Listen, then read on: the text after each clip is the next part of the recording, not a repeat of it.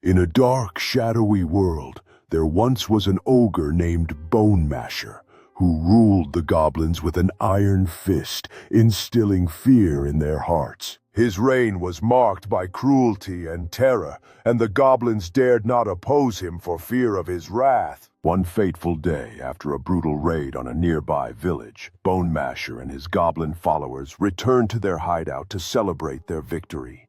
As the goblins feasted on the spoils of their raid, Bone Masher found himself slipping on a slick patch of mud and tripping over a fallen log. He fell with a thunderous crash, striking his head against a jagged stone, and lay motionless on the ground.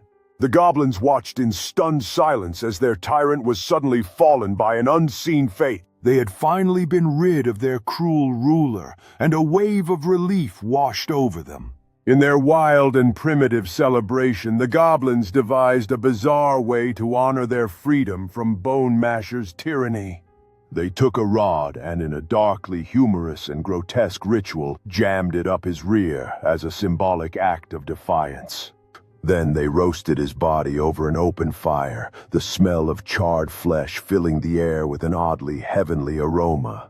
The goblins eagerly began to feast on the remains, savoring their hard-won liberation from oppression. Their cheers and guttural chants echoed into the night, a haunting melody of victory and relief. As the flames flickered and the goblins feasted, whispers of Bone Masher's haunting presence still lingered in the shadows. Legends grew about his spectral form wandering the dark woods, seeking vengeance on those who dared to defy him. Yet the goblins dared to celebrate their freedom openly, knowing that their dark history had finally come to an end.